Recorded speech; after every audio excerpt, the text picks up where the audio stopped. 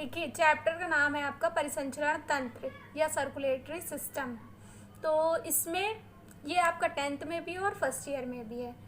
परिसंचरण तंत्र होता क्या है पहले हम आपको ये बता दें, या सर्कुलेटरी सिस्टम होता क्या है।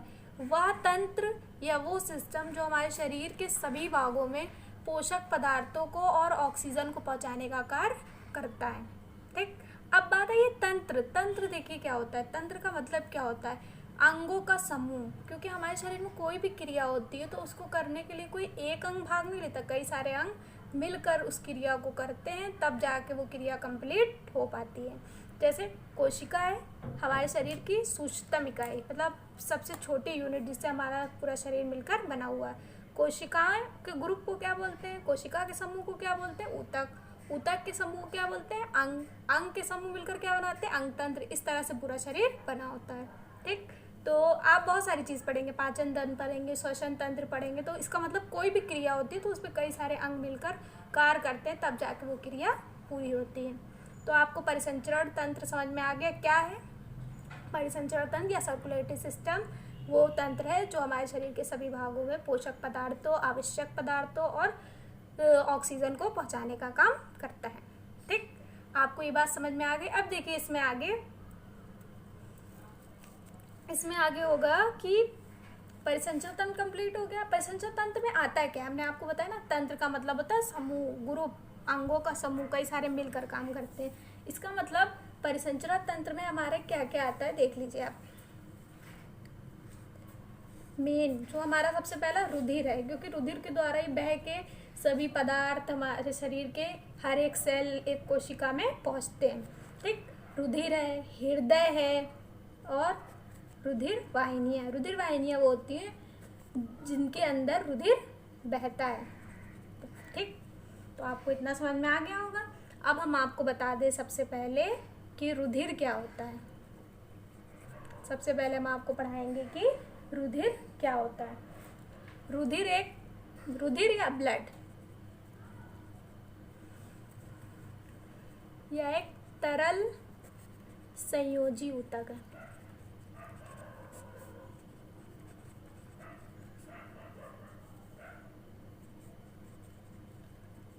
Fluid connective tissue.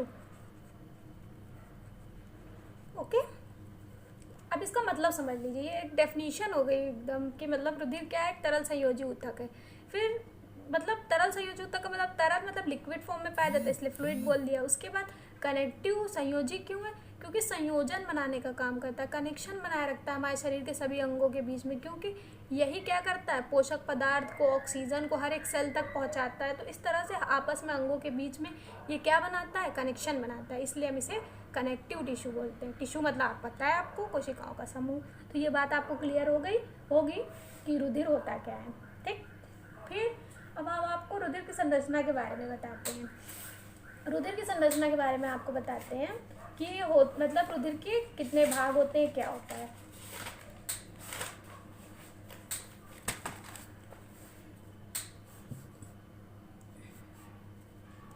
आपको इसमें ये देखिए, ये है जैसे हमारा रुधिर जो होता है, आपको पता चल गया ये होता क्या है, हमारे शरीर के सभी भागों में होता है। लेकिन ज़्यादातर जो ब्लड होता है, ब्लड का मोस्ट ऑफ कंपोनेंट कहाँ बनते हैं, अस्थि मज्जा में। कहाँ बनते हैं, अस्थि मज्जा में। ठीक, अस्थि मज्जा क्या होती है, हड्डियों के अंदर का जो तरल पदार्थ होता है, वो तरल ऊतक होता है, उसी को हम अस्थि मज्जा कहते हैं। अब रुधिर के बारे में आपको बता दें कि रुधिर के क्या कैसे पार्ट है, क्लासिफिकेशन देखिए। रुधिर जो होता है, रुधिर के मुख्य रूप से ब्लड के 2 कंपोनेंट होते हैं। पहला है आपका प्लाज्मा,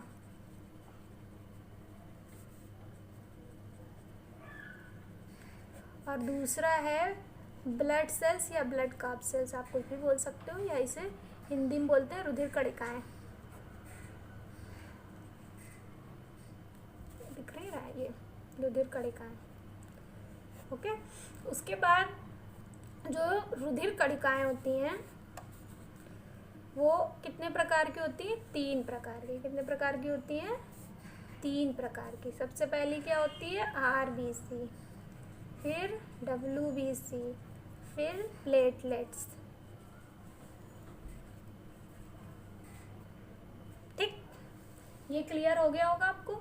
अब देखिए, अगर हमारे बॉडी में जितना भी ब्लड होता है 100% मानी जो ब्लड है, उसमें लगभग 55% पार्ट कौन बनाता है, प्लाज्मा, और 45% पार्ट कौन बनाता है, ब्लड सेल्स। ये क्लियर हो गया आपको। उसके बाद अब आप ये देखिए, पहले हम आपको बता दें इसमें प्लाज्मा क्या है। प्लाज्मा एक निर्जीव पदार्थ है,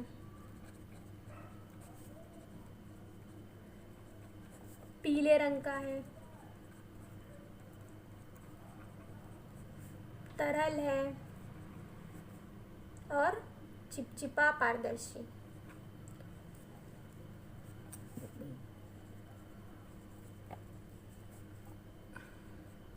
उसके बाद इसमें जो होता है 90% जो होता है वो क्या होता है, जल होता है, वाटर, और 10% अदर सब्सटेंस होते हैं, अन्य पदार्थ। ठीक, आपको इतनी बात समझ में आ गई होगी। इसमें कार्बनिक एवं अकार्बनिक पदार्थ होते हैं 10%।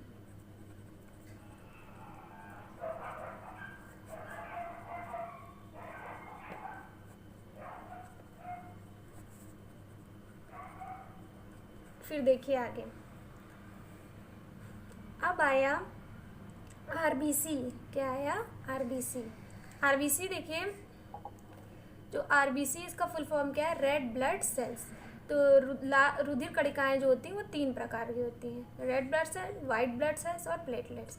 तो सबसे पहले आपको बता दें इसमें रेड ब्लड सेल्स या लाल रुधिर कणिकाएं सबसे ज़्यादा होती हैं, फिर डब्ल्यूबीसी होती हैं, फिर सबसे कम कौन सी होती है, प्लेटलेट्स। क्लियर हो गया होगा आपको। उसके बाद जो आरबीसी होती है, आरबीसी कैसी होती है, लाल रंग की होती है, तभी इसका नाम लाल रुधिर कणिका है। तो लाल क्यों होती है, क्योंकि इसमें हीमोग्लोबिन उपस्थित होता है। क्या उपस्थित होता है, हीमोग्लोबिन।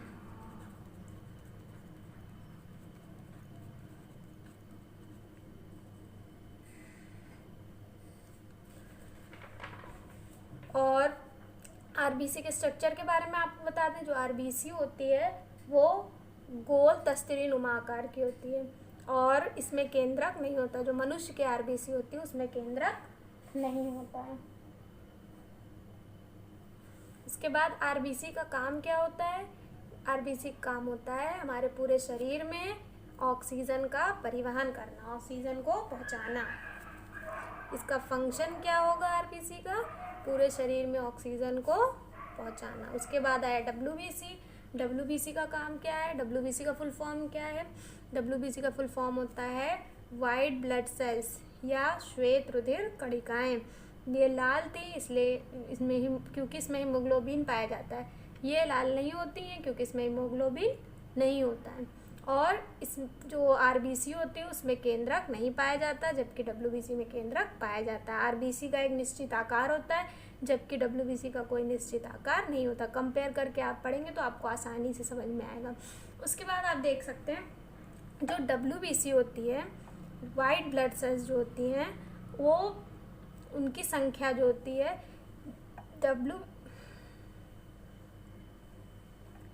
डब्ल्यूबीसी, आरबीसी और प्लेटलेट्स आपको बता चुके हैं लाइन से पहले से भी इनके बारे में कि आरबीसी ज़्यादा संख्या में होती है, डब्ल्यूबीसी उससे कम और प्लेटलेट्स उससे कम। ठीक, तो सबसे पहले इसमें देखिए डब्ल्यूबीसी जो होती है वाइट ब्लड सेल्स, उनका काम क्या होता है, उनका आकार क्या होता है। इनका आकार तो कोई निश्चित आकार नहीं होता, इसे हम अमीबा के आकार की भी कहते हैं क्योंकि अमीबा एक प्रोटोजोआ संघ का जंतु है जिसमें क्या होता है, कोई आकार नहीं होता है जिसकी बॉडी का। उसी तरह इनका भी आकार निश्चित नहीं होता है इनमें, लेकिन केंद्रक होता है। फिर आप पढ़ चुके हैं आरबीसी का काम क्या होता है, पूरे शरीर में ऑक्सीजन को पहुंचाना। उसी तरह डब्ल्यूबीसी का काम क्या होता है, डब्ल्यूबीसी का काम होता है हमारे पूरे शरीर की रोगों से रक्षा करना, प्रोटेक्ट फ्रॉम डिसीजेस, और हमारे शरीर की जो प्रतिरोधक क्षमता उसको बढ़ाना, इम्यून सिस्टम को मजबूत बनाना। ठीक, उसके बाद एक चीज़ और आप ध्यान रखिएगा, कि लाइफ स्पैन या जीवन काल, इसका जीवन काल जो होता है वो 120 दिन होता है, और इसका क्या होता है लगभग 1 से 4 दिन। उसके बाद जो WBC होती है उसके कई प्रकार होते हैं, मेनली जो होते हैं वो 2 प्रकार की होती है WBC। एक होता है कणिका में और दूसरी आकड़िका में।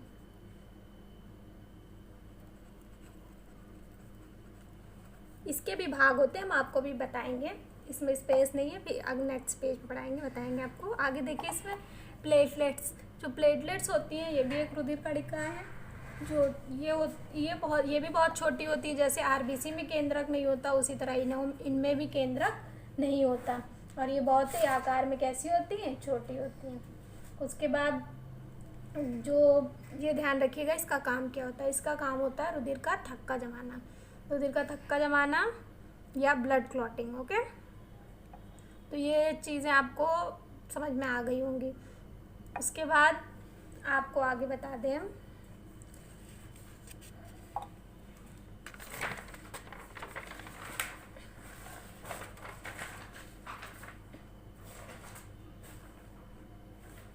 आपको WBC के बारे में जो बता रहे थे वो देखिए। जो WBC होती है उसके 2 भागों में ब्रेक कर सकते हैं, मतलब ब्रेक क्या, WBC को 2 भाग होते हैं, मुख्य रूप से 2 प्रकार की होती हैं। पहला इसमें है ग्रेन्युलोसाइट या कणिका में,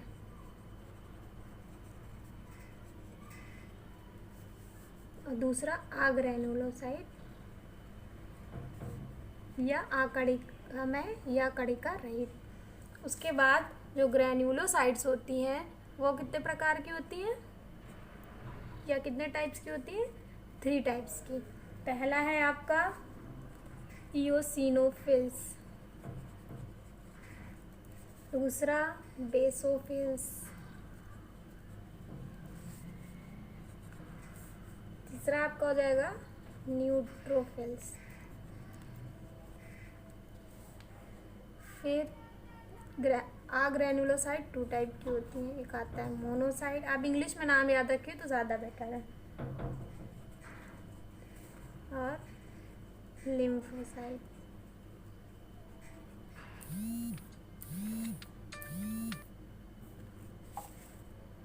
ओके, तो मतलब इन सब का मिलकर क्या काम होता है, ये वाइट ब्लड सेल्स ही तो हैं सारे, इनका काम होता है कि हमारे शरीर की रोगों से रक्षा करना, जो सूक्ष्म जीव माइक्रोब्स वगैरह अटैक करते हैं उनका भक्षण करना, उनको मारना, और जो बॉडी की इम्यून पावर बढ़ाना, इम्यूनिटी बढ़ाना है ना, ये होता है इनका काम।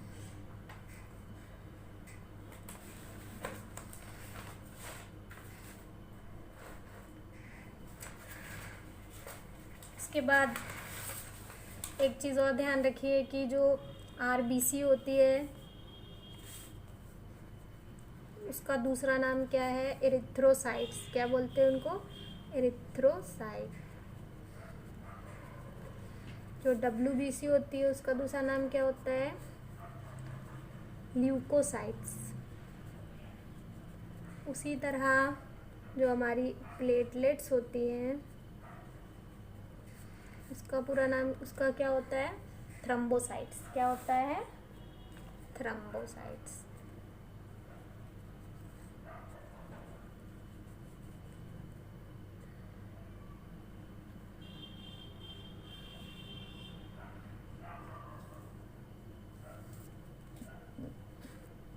ये हो गया आपका पूरा। उसके बाद बाकी के टॉपिक नेक्स्ट, इसके आगे का आपको नेक्स्ट वीडियो में मिल जाएगा।